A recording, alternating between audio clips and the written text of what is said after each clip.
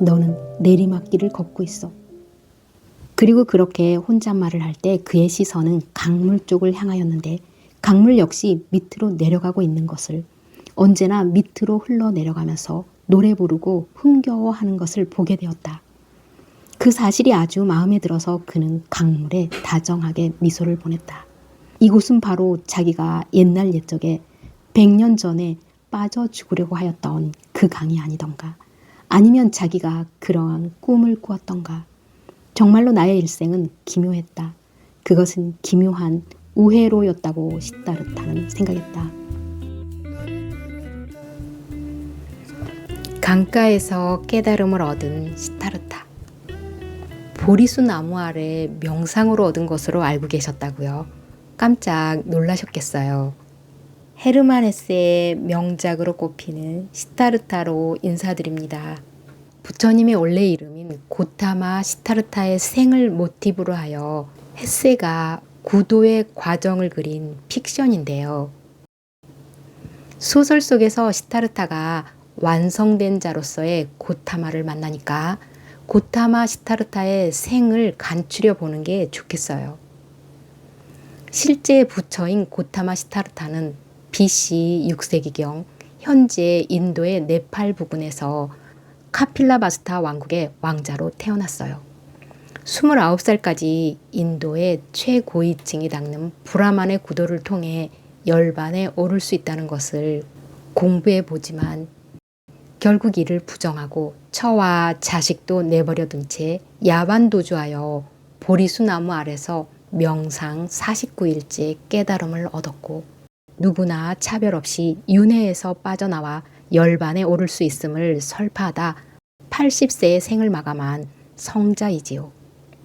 헤세가 그린 시타르타 역시 깨달음을 얻고자 명상 수행으로 사색, 단식, 기다림, 3가지 재능을 얻었어요. 브라만의 경전을 읽고 암송하는, 그럼에도 추상적인 경험의 세계에 한계를 느끼고 절망하지요. 어느 날 시타르타가 함께 수행하는 절친 고빈다에게 이렇게 말해요. 창녀들이 모여서 하는 거리의 술집에서도, 마부들의 주사인 놀이 도박꾼들한테서 배웠어도 이보다 빨리 깨달음을 얻었을 거라고요. 그러면서 중년이 다 된 나이에 속세로 다시 나옵니다. 기생 카말라를 만나 사랑을 배우고 장사꾼 수아마스키 곁에서 돈도 벌고 명성도 얻고 안락을 누렸지만 허상의 세계에서 오는 허물을 견디지 못해 강물에 뛰어들려는 순간 물에 비친 자신의 자아를 발견합니다. 그저 그대로 흘러만 가는 강물을 바라보며 쾌락에 눈멀었던 욕심의 자아가 색색의 안경을 벗고 생성, 소멸이 반복하여 변화할 뿐 본질은 하나라는 공변적 존재의 발견이라고 할 수 있겠죠. 노년이 다 된 시타르타가 중년 때에 수행을 접고 속세로의 강을 건네주었던 고령의 뱃사공에게 가서 삶의 깨달음을 얻게 된다는 이야기입니다. 완성된 자의 교리가 아닌 생활 속에서 완성해보고자 방황하는 시타르타의 뒤태가 책을 읽는 내내 거울 반사로 제 모습을 비춰 보이는 것 같았어요. 최고의 장면은 구도의 길을 찾아온 고승 고빈다와 구도의 길을 발견한 뱃사공 시타르타의 만남으로 꼽았어요. 물론 기생 카말라와 아들과의 서사도 감동적이고 뱃사공 바주데바와의 대화도 참으로 멋졌어요. 명장면으로 뽑은 3장면 소개해 볼게요. 함께 감상하시죠. 이곳은 카말라의 정원. 거기에는 카말라가 휴식용 침상에 누워 있었다. 이제 카말라 옆에는 시타르타 혼자밖에 없었다. 당신은 이미 어제 저 밖에서 있다가 나한테 인사를 하지 않았던가요? 카멜라가 물었다. 사실 나는 어제 이미 그대를 보았으며 그대에게 인사를 하였소. 하지만 그대는 수염을 기르고 있었고 긴 머리카락에다, 그리고 머리카락에는 먼지가 잔뜩 묻어있지 않았던가요? 그대의 관찰력은 대단하시군요. 하나도 빠뜨리지 않고 모두 다 보셨군요. 그대는 어제 시다르타를 보았소. 브라만의 아들인 그는 사문이 되기 위하여 고향을 떠나 3년 동안 사문 생활을 했었소. 그렇지만 나는 이제 사문의 그 좁은 길을 떠나 이 도시로 왔는데 이 도시에 발을 들여놓기 직전에 맨 처음 만난 사람이 바로 그대였소. 내가 그대에게 온 것은 이 말을 하기 위해서요. 그대는 시다르타가 눈을 내리 깔지 않고 말을 거는 최초의 여인이요. 카말라는 생글생글 미소를 지으며 공작깃 부채를 만지작거리고 있었다. 그러더니 이렇게 물었다. 그러니까 시다르타가 나를 찾아온 목적이 오로지 이 말을 하기 위해서란 말인가요? 그대에게 이 말을 하기 위하여, 그리고 그대가 너무나 아름답다는 사실에 대하여 그대에게 감사드리기 위하여 온 것이요. 카말라는 빈손의 사문을 자신의 정원에 들일 생각이 없었다. 하지만 만약 내가 없다면 당신의 처지가 어떨까요? 만약 카말라가 당신을 도와주지 않는다면 당신은 어떤 존재일까요? 사랑하는 카말라, 시다르타는 말하며 몸을 일으켜 세웠다. 당신을 찾아 당신의 장원에 발을 들여놓았을 때 나는 이미 첫 걸음을 내디딘 거요. 이 아름다운 여인에게서 사랑이라는 것을 배워야겠다는 것이 나의 계획이었소. 그 계획을 세운 순간부터 나는 기필코 그 계획을 실현시키리라는 것도 알고 있었소. 그리고 당신이 나를 도와주리라는 것도 알고 있었소. 장원 입구에서 처음 만났을 때 당신의 시선에서 이미 그것을 알았던 것이요. 그래도 내가 그렇게 하지 않는다면 당신은 그러기를 원했었소. 보시오, 카말라. 만약 당신이 물속에 돌을 던지면 돌은 지체 없이 곧장 물 밑으로 가라앉겠지요. 마찬가지로 시다르타가 어떤 목표나 계획을 세우면 그렇게 되고 말지요. 시다르타는 아무 일도 하지 않고 단지 기다리고 생각하고 단식을 할 뿐이요. 그는 물에 가라앉은 돌처럼 아무 일도 하지 않고 심지어 몸을 움직이는 일조차 하지 않고도 세상의 여러 가지 일들을 헤쳐나가는 거지요. 이끌려가는 것이며 떨어지도록 내버려 두는 것이지요. 그는 그 목적에 위반되는 일은 한 가지도 마음속으로 들여놓지 않기 때문에 목적이 그를 끌어당기는 것이요. 그리고 그것이 바로 시다르타가 사문들에게서 배운 것이지요. 어리석은 세상 사람들은 그것을 마술이라느니 마귀의 힘이라느니 하지만 그런 것은 존재하지 않아요. 마귀란 없어요. 누구나 마술을 할 수 있고 누구나 목표에 도달할 수 있어. 생각하고 기다리고 단식할 수만 있다면 누구나 마찬가지지. 카말라는 그의 말에 귀를 기울였다. 그녀는 그의 목소리를 사랑하였고 그의 눈빛을 사랑했다. 그럴지도 모르겠어요. 그녀는 목소리를 죽여 말했다. 당신이 말한 그대로인지도 몰라요. 하지만 시다르타가 멋진 남자이고 당신의 눈길이 여자의 마음을 잡아 끌기 때문에 행운이 당신을 뒤따르는지도 몰라요. 시다르타는 그렇게 카말라의 장원에 살면서 마을의 카마스암이라는 상인의 일을 봐주던 시다르타는 사업 수완이 좋은 사람으로 명성도 얻고 돈도 쌓이게 되었다. 그러던 어느 날이었다. 소년 시절에 들었던 것과 똑같은 내면의 소리가 또다시 들려오는 것을 느꼈다. 떠나거라. 떠나. 너는 소명을 받은 몸이니라. 정든 고향을 떠나 사문 생활을 선택했을 때, 그리고 그 후 다시 사문들로부터 멀리 벗어나서 완성을 이룬 자인 고타마에게 갔을 때, 그리고 또 그 완성자로부터 멀리 벗어나 불확실함 속으로 빠져들어갔을 때에도 자기는 바로 그 내면의 소리를 들었었다. 그러나 자기가 그 내면의 소리를 들어보지 못한 지가 얼마나 오래되었던가. 그는 자신의 내면에 있던 어떤 것이 죽어버리고 없다는 것을 느꼈다. 하루 종일 그는 망고나무 밑에 앉아 아버지의 생각과 고빈다의 생각과 고타마의 생각에 잠겼다. 한낱 카마스와미 같은 인간이 되기 위해 그 사람들을 버려야 했던가. 그는 밤이 되도록 줄곧 앉아 있었다. 눈을 들어 별을 쳐다보며 그는 생각했다.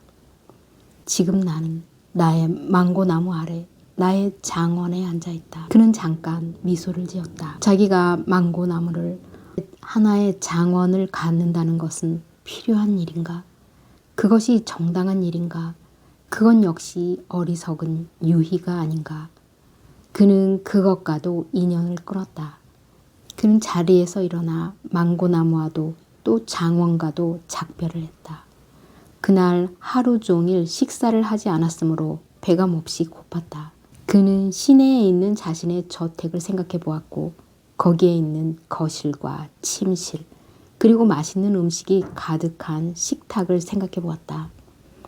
그러고는 씁쓸해한 미소를 지으며 몸을 털고 그 모든 것에게 작별을 고하였다. 그러나 카말라는 시타르타의 실종 소식을 듣고도 놀라지 않았다. 그녀는 항상 그렇게 되리라고 예상하고 있지 않았던가. 그는 사문이요 고향을 떠난 순례자가 아니었던가.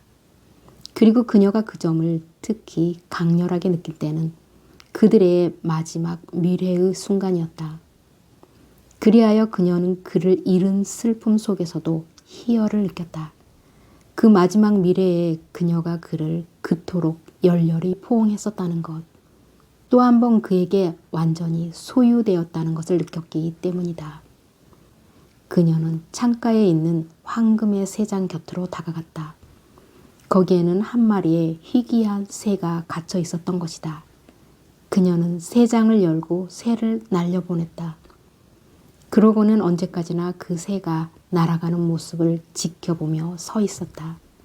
그날부터 그녀는 문을 닫고 다시는 손님을 받지 않았다. 그녀가 시타르타와의 마지막 미래에 새로운 생명을 잉태하였음을 안 것은 그로부터 얼마 뒤였다. 시타르타는 숲속에 있는 큰 강가에 이르렀는데 예전에 그가 아직 젊었던 시절 고타마가 사는 도시로부터 빠져나왔을 때 어떤 뱃사공이 바로 이 강을 건네다 준 적이 있었다. 이 강가에서 그는 걸음을 멈추었다. 그는 마음을 정하지 못한 채 머뭇거리면서 강 기슭에 서 있었다. 자기는 피곤과 허기에 지쳐 쇠약한데 도대체 무엇 때문에 계속 길을 가야 하며 도대체 어디로 어떤 목적으로 가야 한단 말인가. 어떤 소름 끼치는 공허감이 강물의 수면에 비치고 있었다. 그의 영혼 속에서 어떤 섬뜩한 공허감이 거기에 맞장구를 쳐댔다. 그렇다. 끝장이다. 실패로 들어간 삶의 모습을 박살내어 비웃고 있는 신들의 발치에다 그것을 던져버리는 일밖에는 아무것도 할 일이 없다. 이것이야말로 자기가 바람하지 않았던 위대한 토사 행위이며 그것은 바로 죽음이며 자기가 증오하던 형식의 파괴이다. 자기를 이 개같은 시타르타를 이 미친놈을 이 썩어 문드러진 육신을 풀러지고 타락한 영혼을 물고기들이 뜯어먹으면 얼마나 좋을까. 물고기들과 악어들이 자기를 뜯어먹는다면 악마들이 자기를 갈기갈기 찢어버리면 얼마나 좋을까. 얼굴을 일그러뜨린 채 그는 물속을 응시하였다. 그리고 거기에 비친 자기 얼굴에 침을 뱉어버렸다. 극도로 지친 상태에서 그는 아래로 똑바로 떨어져 물속에 가라앉기 위하여 나무 줄기에 감고 있던 팔을 풀고 이리저리 약간 움직였다. 그는 눈을 감고 죽음을 향해 돌진했다. 바로 그 순간 영혼의 한 구석으로부터 피로에 지친 생의 먼 과거로부터 한마디의 울림이 퍼져나왔다. 그것은 단 한마디의 말, 하나의 음성에 지나지 않았으나 그는 무의식 중에 불분명한 소리로 그것을 소리낸 것이다. 그것은 브라만의 모든 기도에서 시작의 말이며 끝맺음의 말인 성스러운 옴이었다. 그것은 완전한 것 또는 완성의 뜻을 지닌 단어였다. 그 옴이라는 소리가 시타르타의 귓전에 닿는 순간 잠자던 그의 영혼이 깨어나 자기가 하려는 행동에 어리석음을 깨달았다. 시타르타는 소스라치게 놀랐다. 그러고는 깊은 잠에 빠졌다가 이제 깨어나 새로운 인간으로서 세상을 바라보고 있다는 사실뿐이었다. 아무튼 그 잠은 얼마나 놀라울 정도의 단잠이었던가. 여태껏 잠이 자기를 그렇게 상쾌하게 해주고 그렇게 새롭게 해주고 그렇게 도로 젊어지게 해준 적은 한 번도 없었다. 시타르타는 몸을 고추 일으켜 세웠다. 그는 맞은편에 앉아있는 어떤 사람의 모습이 눈에 들어왔다. 그 낯선 사람은 머리를 박박 깎은 채 누런 보복을 입은 승려였는데 명상하는 자세로 앉아있었다. 시타르타는 머리카락도 수염도 없는 그 사람을 유심히 살펴보았다. 그런데 오래 살펴볼 필요조차 없이 그 승려가 어린 시절 친구인 고빈다임을 곧 알아챌 수 있었다.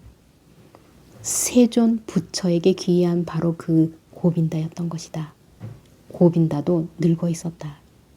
그러나 아직도 여전히 그의 얼굴은 옛날 모습을 지니고 있었으며 열성과 성실의 분위기, 구도하는 자세와 고지식한 분위기를 풍기고 있었다. 고빈다가 시타르타의 시선을 느낀 탓인지 눈을 뜨고 시타르타를 찬찬히 뜯어보았다. 하지만 고빈다가 자기를 알아보지 못하고 있다는 것을 시타르타는 알았다. 고빈다는 그가 깨어난 것을 보자 기뻐하였다. 그가 시타르타를 알아보지는 못하였음에도 불구하고 거기에 오랫동안 앉아 시타르타가 깨어나기를 기다리고 있었던 것만은 분명하였다. 나는 잠들었나요? 시타르타가 말하였다. 당신은 잠들어 있었습니다. 고빈다가 대답하였다. 사문이요. 내가 잠자는 것을 지켜보아 주신 데 대해 당신에게 감사드립니다. 시타르타가 말하였다. 그럼 가보겠습니다, 나으리. 잘 지내게나 고빈다. 시타르타가 말하였다. 그 승려가 멈추어 섰다. 실례지만 어떻게 나의 이름을 아십니까?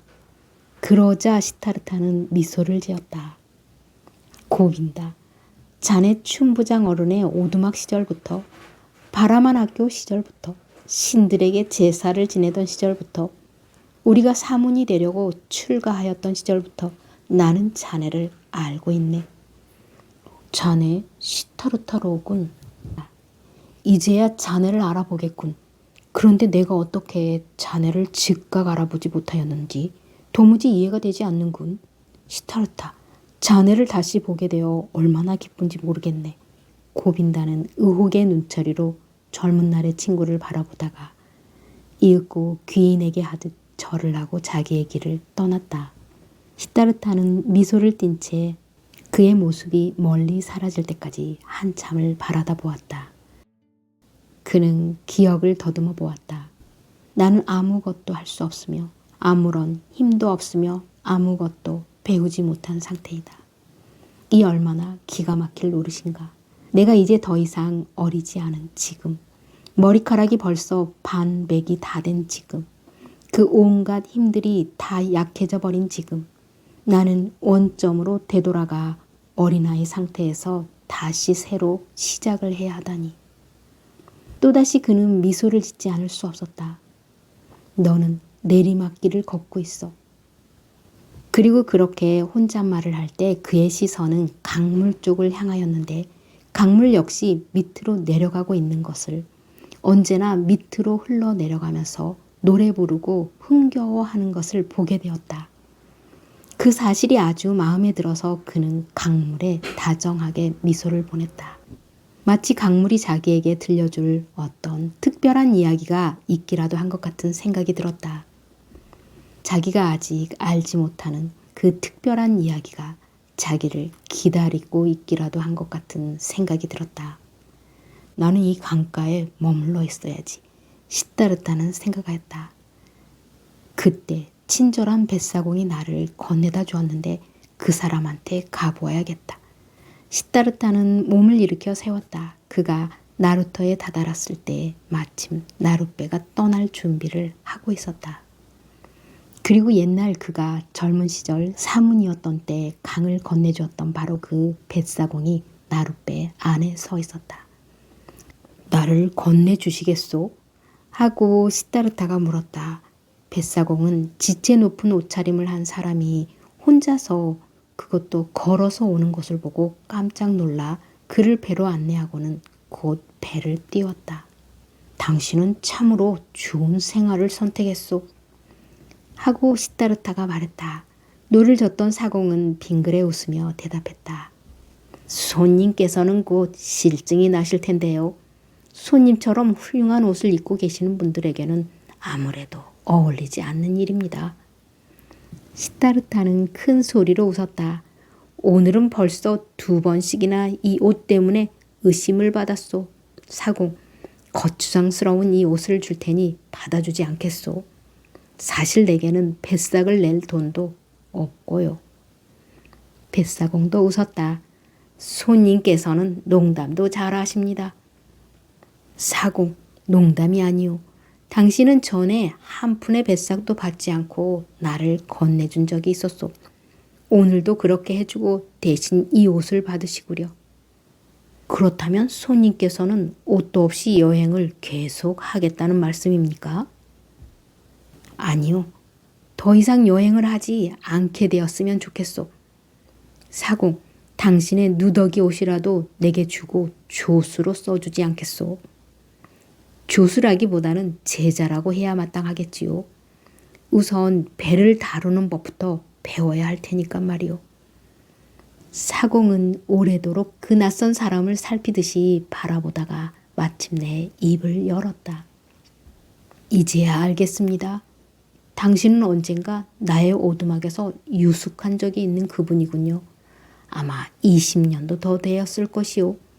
그때 나는 당신을 건네다 주었고 두 사람은 친구처럼 작별을 했지요. 당신은 그때 사문이었지요. 당신의 이름은 생각이 나지 않습니다만. 시타르타라고 합니다. 당신이 나를 보았을 때는 사문이었지요. 그렇다면 잘 오셨습니다, 시타르타. 이 사람은 바주데바라고 합니다. 오늘도 나의 손님이 되어 누추하나마 나의 오두막에서 유숙하시기를 바랍니다. 그리고 당신이 어디에서 오셨는지, 그 아름다운 옷이 왜 당신에게 거추장스럽게 되었는지 그 이야기를 들려주십시오. 감사하는 마음으로 당신의 제안을 받아들이겠습니다. 그리고 바주데바, 당신이 나의 말을 그렇게 귀 기울여 준 데 대해서도 감사를 드립니다. 남의 말을 귀담아 들어줄 줄 아는 사람은 드문 법입니다. 그리고 당신만큼 남의 말을 귀담아 들어주는 사람을 나는 만나보지를 못하였습니다. 남의 말을 귀담아 들어주는 점도 나는 당신한테 배우게 되겠지요. 이리하여 시타르타는 뱃사공의 오두막에 머무르게 되었다. 그는 배를 다루는 법을 배웠고 그는 또한 노를 만드는 법과 배를 손질하는 법을 배웠고 광주리를 만드는 법도 배웠다. 그는 배우는 모든 일에 대해 기쁨을 느꼈다. 세월은 빠르게 지나갔다. 그러나 바주데바가 그에게 가르쳐 줄 수 있는 것보다 훨씬 더 많은 것을 강물이 가르쳐 주었다. 그는 강으로부터 끊임없이 배웠다. 특히 듣는 법을 배웠다. 언젠가 시타르타는 이렇게 물었다. 당신 역시 강에게서 그 비밀을 배웠소? 시간이란 존재하지 않는다는 비밀을 말이오. 그러자 바주데바의 얼굴은 밝은 미소로 가득 찼다. 그래요, 시타르타. 그는 말했다. 당신이 말하고자 하는 바는 강물은 어디에서나 동시에 존재하고 있다. 강의 원천에서나 강어귀에서나 폭포에서나 나루테에서나 시냇물의 여울에서나 바다에서나 산에서나 도처에서 동시에 존재하고 있다. 그리고 강에는 현재만이 있을 뿐 과거라는 그림자도 미래라는 그림자도 없다. 바로 이런 것이지요. 바로 그렇습니다. 그는 무아지경에 빠져 말을 계속하였다. 그러나 바주대바는 밝게 빛나는 얼굴로 미소를 짓고 그의 말이 옳다는 듯이 고개를 끄덕이고 있을 뿐이었다. 그는 아무 말 없이 고개만 끄덕이다가 손으로 시다르타의 등을 쓰다듬어 주고 나서는 자기가 할 일을 하러 몸을 돌렸다. 그러던 어느 날 부처 고타마를 신봉하는 제자들로서 순례를 하며 또 돌아다니던 승려들이 그들에게 와서 강을 좀 건네달라고 부탁하였다. 그 뱃사공들은 승려들의 이야기를 듣고서 그들이 세존이 이독하여 곧 인간으로서 마지막 죽음을 맞이하고 극락왕생하게 될 것이라는 소문이 한간에 널리 퍼졌기 때문에 아주 급히 서둘러 그들의 위대한 스승에게 되돌아가고 있다는 사실을 알게 되었다.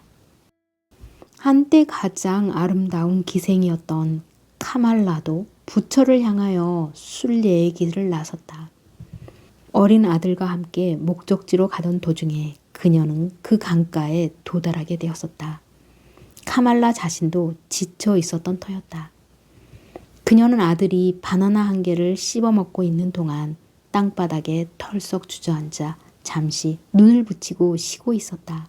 그런데 갑자기 그녀가 외마디 비명을 질러댔다. 소년이 깜짝 놀라 어머니를 쳐다보니 얼굴이 검게 질려 새하얗게 변해 있었으며 옷자락 밑에서 작고 검은 뱀 한 마리가 스르륵 빠져나왔다. 카말라는 그 뱀한테 물렸던 것이다. 소년은 어머니에게 입맞춤을 해대고 어머니의 목덜미를 껴안고 통곡하는 비명 소리를 질러댔다.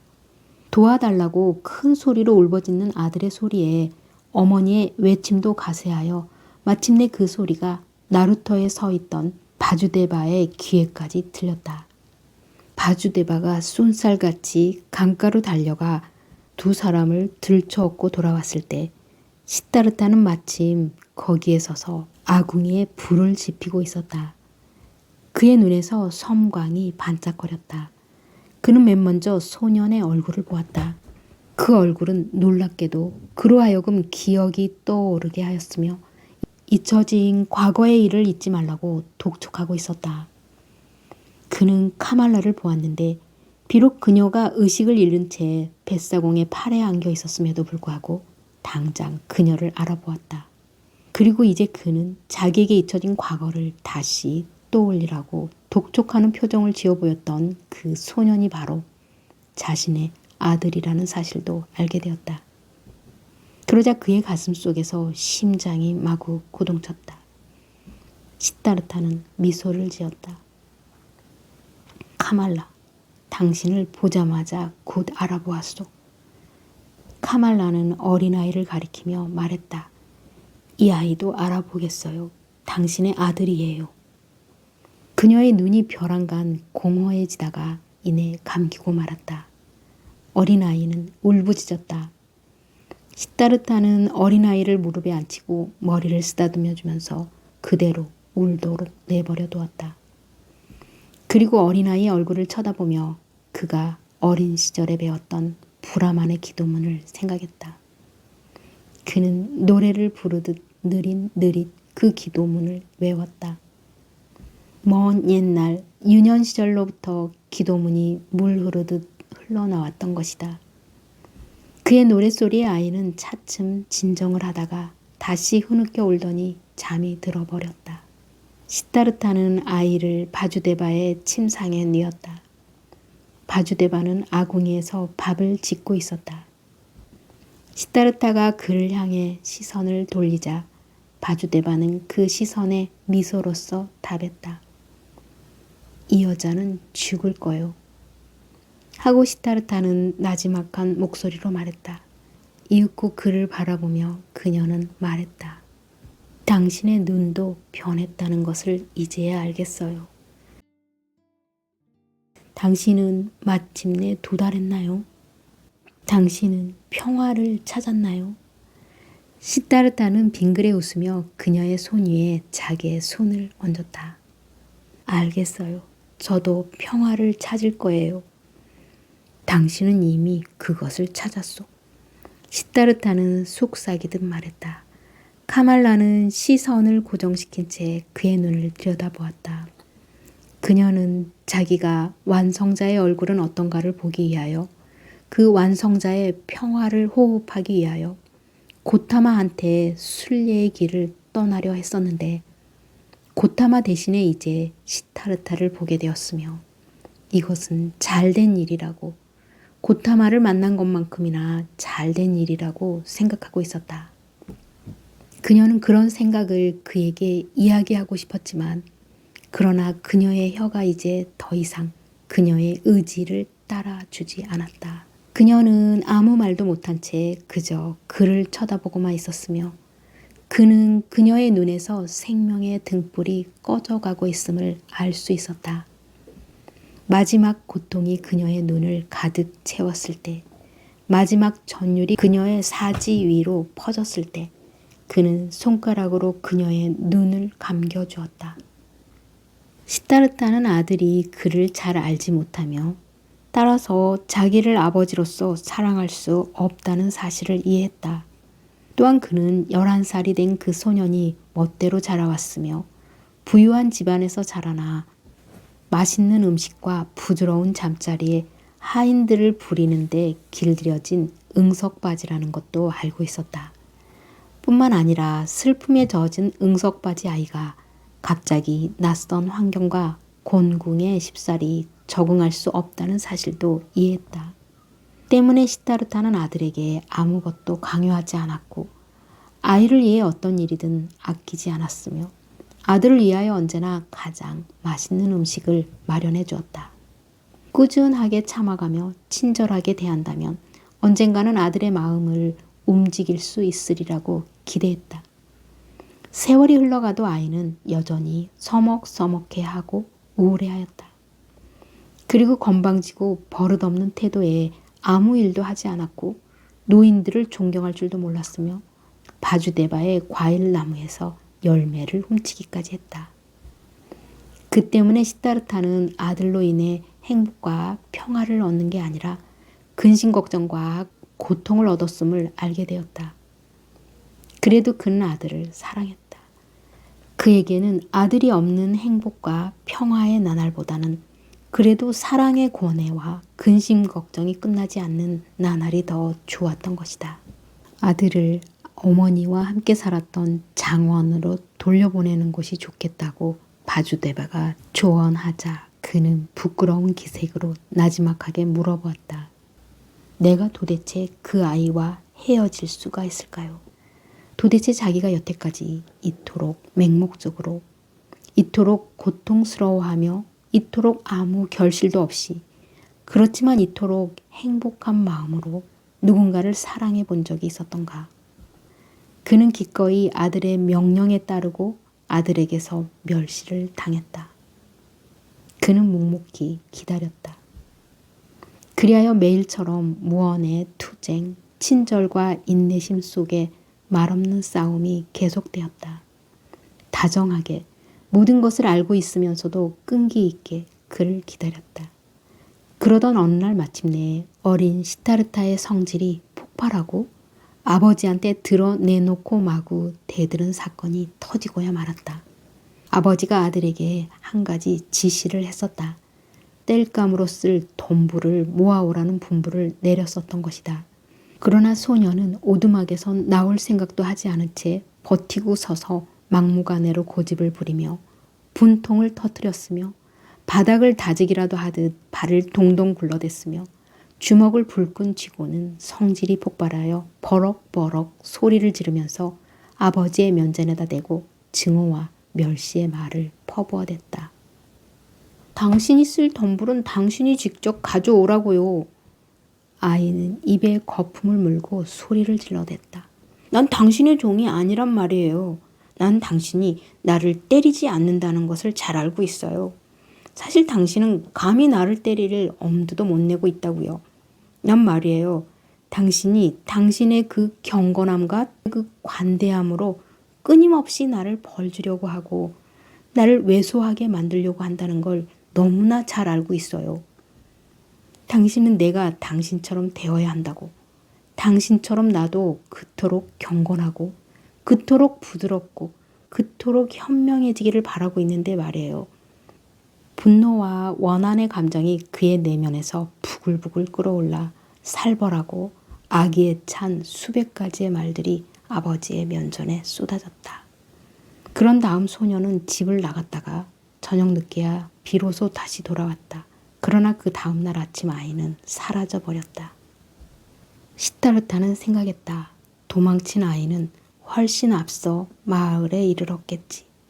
그렇지 않고 아직 도중에 있다고 하더라도 추적하는 사람에게 모습을 감출 수 있을 것이다.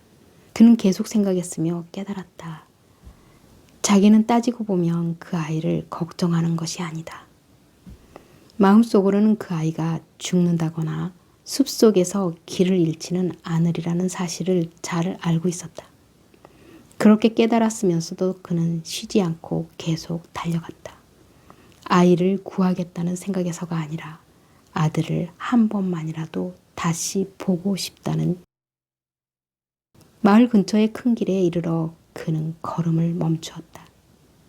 일찍이 카말라의 소유였고 가마에 타고 있던 그녀를 맨 처음 보았던 장원 입구가 나타난 것이다.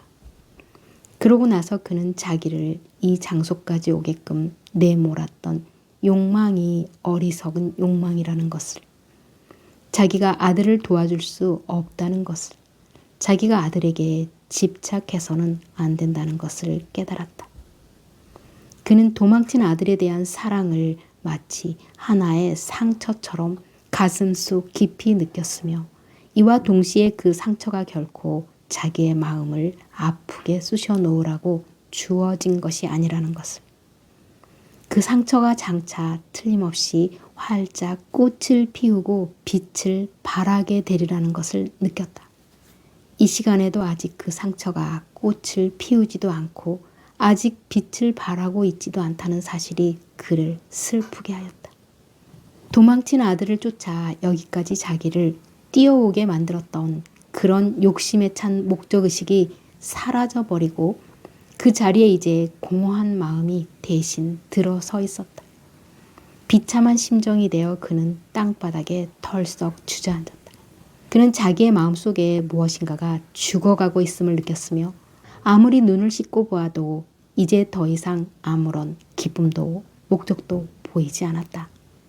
그는 침잠 상태에 빠진 채 앉아서 마냥 기다리고 있었다. 그는 거리의 먼지를 흠뻑 다 뒤집어 쓴 채 앉아서 귀 기울여 듣고 있었다. 그는 공해 상태에 빠져들어갔으며 자기 자신을 가라앉혔다.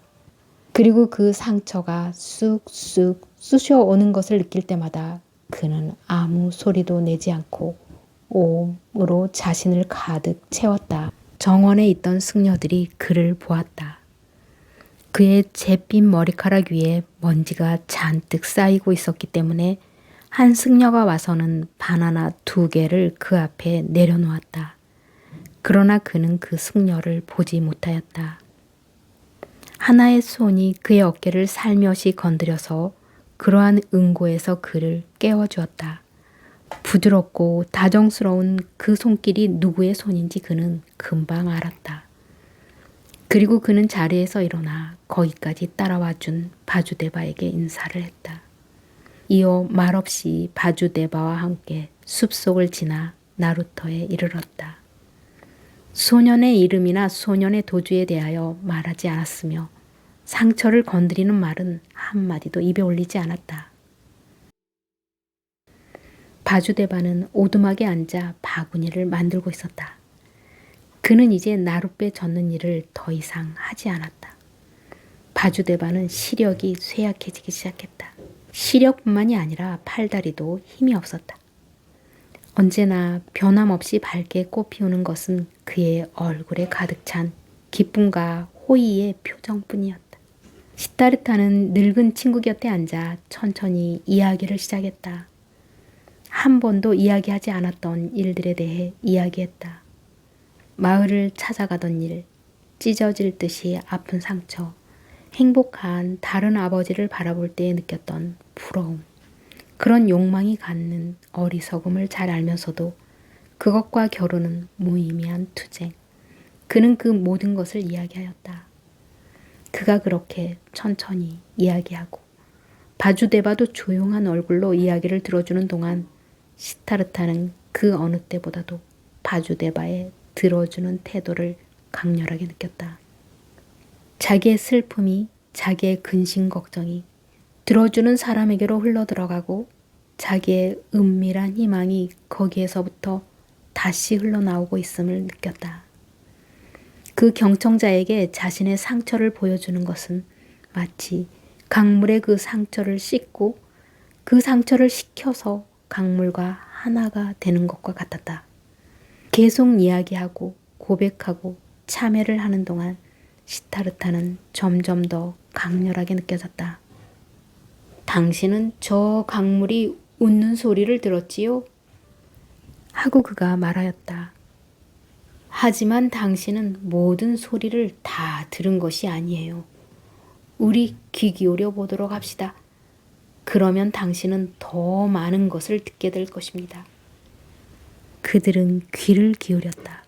수많은 소리가 어우러진 강물의 노랫소리가 은은하게 들려왔다. 시타르타는 강물 속을 들여다보았는데 흘러가는 물결 속에 여러 모습들이 나타났다. 자기 아버지의 외로운 모습이 나타났는데 아들인 자기 때문에 슬픔에 잠겨있는 모습이며 자신의 모습이 나타났는데 자기 역시 아버지와 마찬가지로 멀리 떨어져 있는 아들에게 그리움의 끈으로 묶여있는 외로운 모습이었다. 어린 아들의 모습도 나타났는데 아들 역시 열망에 사로잡혀 자기의 길을 미친 듯이 치닫고 있는 외로운 모습이었으니 모두가 스스로의 목표를 향하고 있었고 모두가 그 목표에 사로잡혀 있었으며 모두가 고통을 당하고 있었다. 강은 고통에 찬 소리로 노래 부르고 있었으며 강은 그리움에 사무쳐 노래 부르고 있었으며 강은 그리움에 사무친 채 목표를 향하여 흘러갔으며 강은 비탄에 젖은 소리를 내고 있었다. 들려요? 바주데바가 말없는 시선으로 물었다. 시타르타는 고개를 끄덕였다. 더 잘 들어봐요. 바주데바가 속삭이듯 말하였다. 시타르타는 좀 더 잘 들어보려고 애를 썼다. 아버지의 모습, 자신의 모습, 그리고 아들의 모습이 함께 어울려 흘러갔으며 카말라의 모습도 나타났다가 흩어졌다. 고빈다의 모습도 그 밖의 다른 모습도 함께 어울려 흐르며 강물이 되었다. 모두가 동경과 욕망에 몸부리치고 괴로워하면서 목표를 향해 흘러갔다. 그리고 강물의 소리는 불타는 듯한 그리움과 탄식과 아무리 해도 멈출 줄 모르는 욕구로 가득 차서 울려왔다. 그것들은 수많은 목표를 향해, 폭포를 향해, 호수를 향해, 여울을 향해, 그리고 대해를 향해 흘러갔다. 그리하여 모두가 목표에 도달하지만 거기에서 다시 새로운 목표를 향해 계속 흘러가는 것이다. 물은 수증기가 되어 하늘로 오르고 비가 되어 다시 떨어져 샘물이 되고 시냇물이 되고 다시 강물이 되어 거듭거듭 새로운 목표를 향해서 흘러가는 것이다. 그러나 그리움에 찬 소리는 변했다. 그 소리는 여전히 고뇌하고 그리워하는 음색이었지만 거기에는 다른 소리들이 섞여 있었다. 기쁨과 슬픔의 소리, 선한 소리와 악한 소리, 웃음소리와 탄식의 소리, 그리고 여러 가지의 다른 소리들이 뒤섞여 있었다. 시타르타는 귀를 기울였다. 그도 이제는 완전히 듣는 사람이 되었으며 듣는 일에 완전히 몸을 맡긴 것이다. 무아의 경지에서 그 무엇인가를 빨아들이며 듣는 일에 쉼취했다. 그리하여 자신도 듣는 일을 완전히 체득했다고 느꼈다. 그때까지 그 모든 소리, 강물이 내는 수많은 소리를 들어왔으나 그 울림은 전혀 달랐다. 그는 이미 그 많은 소리들을 하나하나 구별할 수 없게 되었다.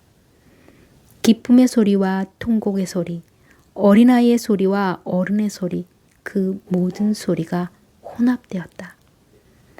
그리움의 비탄과 지지자의 웃음소리, 분노의 울부짖음과 임종의 신음소리, 그 모든 소리가 하나가 되어 서로 얽히고 설켜 수천 가지로 짜여졌다. 그 모든 것이 합쳐지고 일체의 소리, 일체의 목표, 일체의 그리움, 일체의 괴로움, 일체의 쾌락, 일체의 선과 악. 그 모든 것이 어우러져 하나의 세계가 되었다. 그것은 또한 생성의 강물이며 생의 음악이었다. 그리고 시다르타가 그 강물 소리를 주의 깊게 들을 때, 고통의 소리와 웃음의 소리를 구분하여 듣지 않을 때, 그의 영혼이 어느 한 소리에 얽매이지 않고 자아를 어느 한 소리에 몰입함이 없이 그 모든 소리를, 그 전체를, 그 통일체를 들을 때 비로소 천만 가지 소리의 그 위대한 노래가 단 한마디, 옴, 완성이라는 단어로 들렸다. 저 소리가 들려요? 바주데바의 눈빛이 다시 묻고 있었다. 바주데바의 미소가 밝게 빛나고 있었다.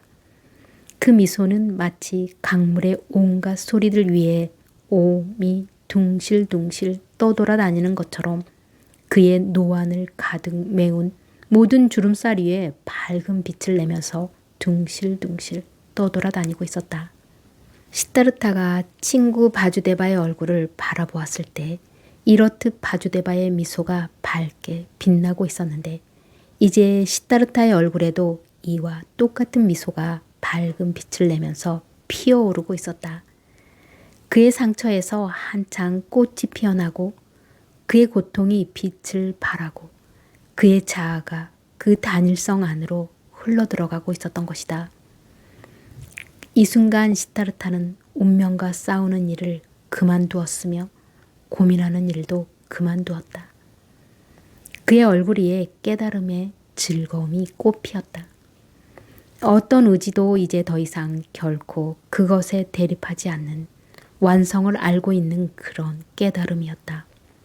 그 깨달음은 함께 괴로워하고 함께 기뻐하는 동고동락의 마음으로 가득 찬 채 그 도도한 강물의 흐름에 몸을 내맡긴 채 그 단일성의 일부를 이루면서 그 사건의 강물에, 그 생명의 흐름에 동의하고 있었다. 바주데바는 강가에 앉은 자리에서 몸을 일으켰다. 그는 시다르타의 눈을 들여다보고는 그 눈에서 깨달음의 즐거움이 밝게 빛나는 것을 알았다. 그러자 그는 여느 때와 마찬가지로 신중하고 상냥한 방식으로 시다르타의 어깨를 손으로 살며시 만지면서 이렇게 말하였다. 친애하는 친구여, 나는 이 순간을 기다려왔었어요. 이제 그 순간이 왔으니 나를 보내줘요. 오랫동안 나는 이 순간을 기다려왔으며 오랫동안 나는 뱃사공 바주데바로 살아왔어요. 이제 그것으로 충분합니다. 잘 있거라 오두마가, 잘 있거라 강물아, 잘 있어요 시다르타. 시다르타는 작별을 고하는 그 사람에게 허리를 깊이 숙여 하직 인사를 하였다. 한 번은 고빈다가 휴식의 기간에 여러 승려들과 함께 기생 카말라가 시주한 장원에 머무르게 되었다. 그때 그는 거기서 어느 늙은 뱃사공의 이야기를 들었다. 그 뱃사공은 그곳에서 하루길밖에 떨어지지 않은 강가에 살고 있으며 많은 사람들로부터 현자로서 존경받고 있다는 이야기였다. 그리하여 다시 순례의 길에 오르게 되었을 때 고빈다는 그 나루터를 지나는 길을 택했다. 그 뱃사공을 만나보고 싶었기 때문이다. 그는 일생 동안 규율에 의해 살아왔으며 젊은 승려들로부터 덕망 높은 고승으로 존경을 받아왔지만 아직도 마음속에는 불안이 가시지 않았고 구도의 열기가 꺼지지 않고 있었기 때문이다.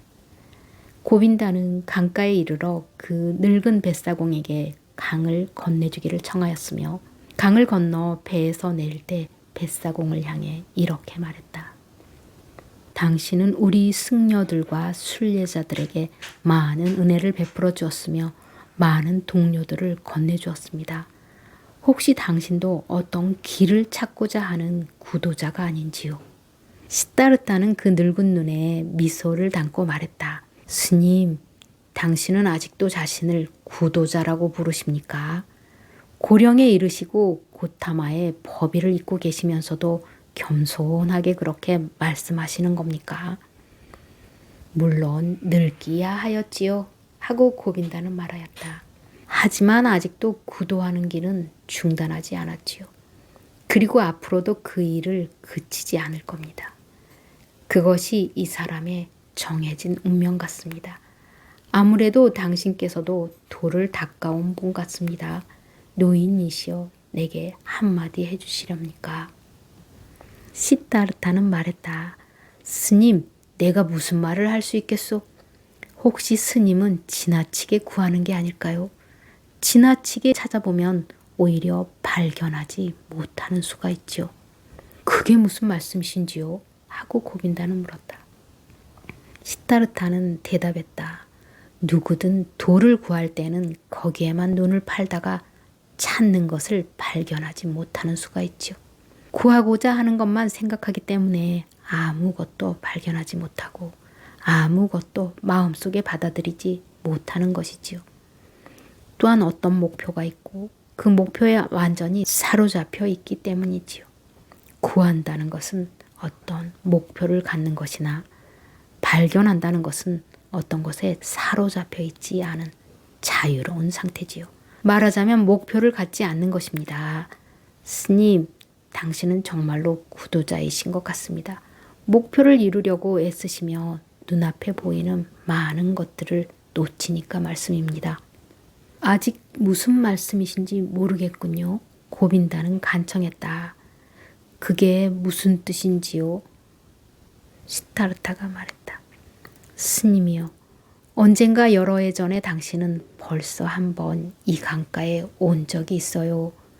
그리고 강가에서 잠자고 있는 한 사람을 발견하고는 그 사람이 잠자는 것을 지켜주기 위하여 그 사람 옆에 자리 잡고 앉았지요. 오, 고민다.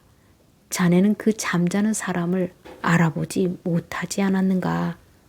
승려는 마치 마법에 홀린 사람처럼 오한이 벙벙하여 뱃사공의 눈을 뚫어져라 들여다보았다. 자네 시타르타 아닌가? 고빈다는 놀랍고 반가우면서도 마음속에 억제할 수 없는 갈등을 느끼며 시타르타를 향해 몸을 굽혔다.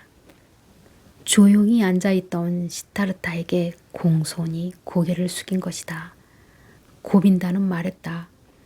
시타르타, 우리는 이제 늙은이가 되었네.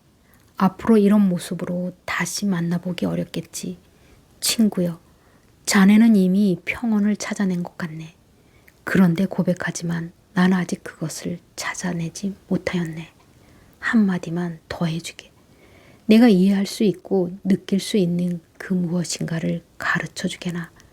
나의 길은 고난의 길이고 때로는 어둠의 길일세. 시타르타. 시타르타는 입을 다물고 언제나 변함없는 조용한 미소로써 그를 바라보았다. 고빈다는 꼼짝도 하지 않고 그의 얼굴을 응시했다. 불안과 그리움이 담긴 시선으로 바라본 것이다. 그리고 그 눈빛에는 고뇌와 영원한 갈망이 서려 있었으며 영원히 찾지 못하는 고뇌의 흔적이 역력했다. 시타르타는 그것을 보고 미소 지었다. 자네 나한테 몸을 좀 숙여보게나. 그는 고빈다의 귀에다 대고 나지막히 속삭였다. 이쪽으로 나한테 몸을 좀 숙여보라니까. 그래, 더 가까이 오게. 바짝 와보라니까. 고빈다, 나의 이마에 입을 맞춰봐. 고빈다는 괴이하기 짝이 없는 일이라고 생각하면서도 어떤 위대한 사랑과 예감에 이끌려 그가 시키는 대로 했다. 그러니까 그에게 몸을 바짝 숙인 채 그의 이마에 입술을 갖다 대었던 것이다. 그러자 고빈다에게 불가사의한 일이 일어났다. 고빈다는 여전히 조금 전에 시타르타가 한 이상한 말에 대한 생각에 매달리고 있었으며 고빈다는 여전히 헛되이 그리고 저항감을 지닌 채 시간의 관념을 지향해 보려고 열방과 윤회를 하나로 생각해 보려고 안간힘을 쓰고 있었다. 그리고 그의 내면에서는 심지어 친구 시타르타가 한 말에 대한 어떤 경멸감이 그 친구에 대한 엄청난 사랑, 그 친구에 대한 외경심과 다투고 있었다. 이러한 상태에서 다음과 같은 불가사의한 일이 일어났다. 그의 눈에는 친구 시타르타의 얼굴이 이제 더 이상 보이지 않았으며 그 대신에 다른 얼굴들이 보였다. 수많은 얼굴들이 기다랗게 한 줄로 서서 나타났는데 수백 개의 얼굴들이 수천 개의 얼굴들이 유유히 흐르는 강물처럼 왔다가는 다시 흘러가 버렸다. 그렇지만 그 모든 얼굴들이 동시에 거기에 존재하고 있는 것 같았다. 모든 얼굴들은 끊임없이 모습을 바꾸어 새로운 모습의 얼굴로 변하였다. 그렇지만 그 얼굴들은 모두가 시타르타의 얼굴이었다. 한 마리 물고기 얼굴이 무한한 고통을 못 이겨 입을 딱 벌리고 있는 한 마리 잉어의 얼굴이 갓 태어난 어린아이의 얼굴도 보였는데 온통 주름살로 가득한 빨간 핏덩이의 모습으로 당장이라도 울음을 터뜨리려는 듯 얼굴을 찡그리고 있었다. 한 살인자의 얼굴도 보였는데 그 살인자가 어떤 사람의 몸에 칼을 찌르고 있는 모습이 보였다. 바로 똑같은 순간에 그 범죄자가 꽁꽁 묶인 채 무릎을 꿇고 있는 모습, 그리고 그의 머리가 망나니가 내리치는 칼에 댕강 잘려나가는 모습도 보였다. 벌거벗은 채 온갖 체의로 격렬한 사랑의 싸움을 벌이는 남녀들의 몸뚱이도 보였다. 그리고 이 모든 것 위에는 언제나 변함없이 어떤 무언가가 실체는 없지만 그래도 존재하는 어떤 얇은 것이 마치 물로 된 껍질이나 물로 된 틀 또는 물로 된 가면처럼 씌워져 있었다. 그리고 이 가면은 미소를 짓고 있었는데 고빈다 자기가 바로 똑같은 순간에 입술을 갖다 대고 있던 그 시타르타의 얼굴이었던 것이다. 시타르타의 미소는 부처 고타마의 미소. 그러니까 그 한결같은 잔잔한 우아한 측량할 길이 없이 불가사의한 어쩌면 자비로운 듯하기도 하고 어쩌면 조소하는 듯하기도 한 현명한 그 속뜻을 가늠하기 힘든 신비한 미소와 완전히 똑같은 것이었다. 고빈다는 완성을 이룬 자들은 이렇게 미소 짓는다는 것을 알게 되었다. 고빈다는 허리를 굽혀 큰 절을 올렸다. 영문을 알 수 없는 눈물이 그의 늙은 뺨을 타고 흘러내렸으며 그의 가슴 속에서는 진정에서 우러나오는 가장 열렬한 사랑의 감정, 가장 겸허한 존경의 감정이 마치 불꽃처럼 활활 타올랐다. 시타르타의 미소는 그에게 자신이 이제까지 살아오는 동안 사랑했었던 그 모든 것, 자신이 이제까지 살아오는 동안 가치 있고 신성하게 여겼던 그 모든 것들을 떠오르게 해주었다. 끝까지 함께 해주셔서 감사합니다.